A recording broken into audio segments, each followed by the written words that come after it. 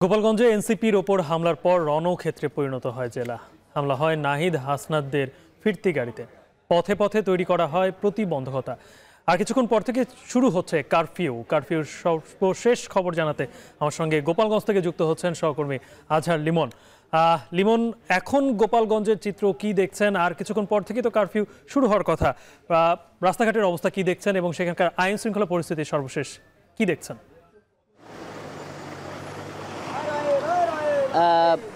গালিব, কিছুক্ষণ আগে আমি গোপালগঞ্জের অতিরিক্ত জেলা প্রশাসক সার্বিক মোহাম্মদ গোলাম কবির, ওনার সঙ্গে আমি কথা বললাম। কারফিউর ব্যাপারে উনি বললেন যে উনি কিছুক্ষণ পর তথ্য দিচ্ছেন।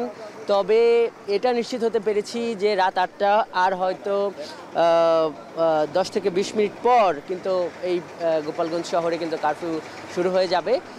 আমাদের সহকর্মী জাওয়াদ মাহমুদ সকাল থেকে গোপালগঞ্জ শহরের এই আজকের যে ঘটনা বলি সেটি কভার করছিলেন।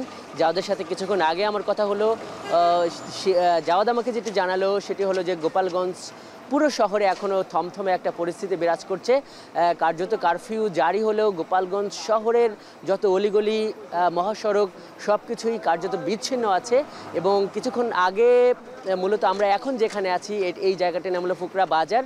এটি গোপালগঞ্জ শহর থেকে মোটামুটি 15 থেকে 20 কিলোমিটার দূরে। এইখানে এই বাজারটি, এখানে একটা প্রকাণ্ড গাছ কে বা কারা ফেলে রেখেছিল।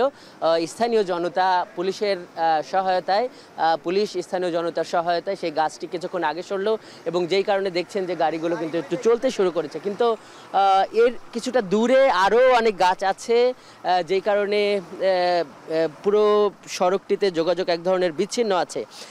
এই রকম একটা পরিস্থিতি চলছে। জানেন যে দুপুরে যে জাতীয় নাগরিক পার্টি, সেই পার্টির সমাবেশকে ঘিরে যে সংঘর্ষ সূত্রপাত হয়েছে এবং সেখানে কিন্তু এখন পর্যন্ত আমরা বিভিন্ন সূত্র থেকে যে খবর পাচ্ছি যে সেখানে অন্তত 3 জন নিহত হয়েছে। বিশেষ করে এই খবরটি পত্রিকাগুলো দিচ্ছে। তবে আমি যার বরাত দিয়ে এই খবরটি দেয়া হচ্ছে উনি হলো হাসপাতালের তত্ত্বাবধায়ক, গোপালগঞ্জ 250 শয্যা জেনারেল হাসপাতালের। ওনার নাম জীবিতেশ বিশ্বাস। ওনাকে অনেকবার ফোন দিয়েছি কিন্তু উনি ফোন ধরেননি।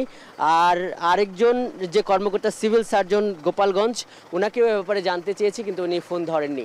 তবে এটি বলতে পারি যে মানুষের মধ্যে এক ধরনের আতঙ্ক আছে এবং কিছুক্ষণ পর তো কারফিউ জারি হচ্ছে। তো এই আজকের এই ঘটনার জেরে যে একটা থমথমে পরিস্থিতি সেটি এখনো কাটেনি। গালিব, গোপালগঞ্জে আজকের ঘটনার পর কিছুক্ষণ পর থেকে শুরু হচ্ছে কারফিউ, সেই খবর জানাচ্ছিলেন গোপালগঞ্জ থেকে সহকর্মী আজহার লিমন।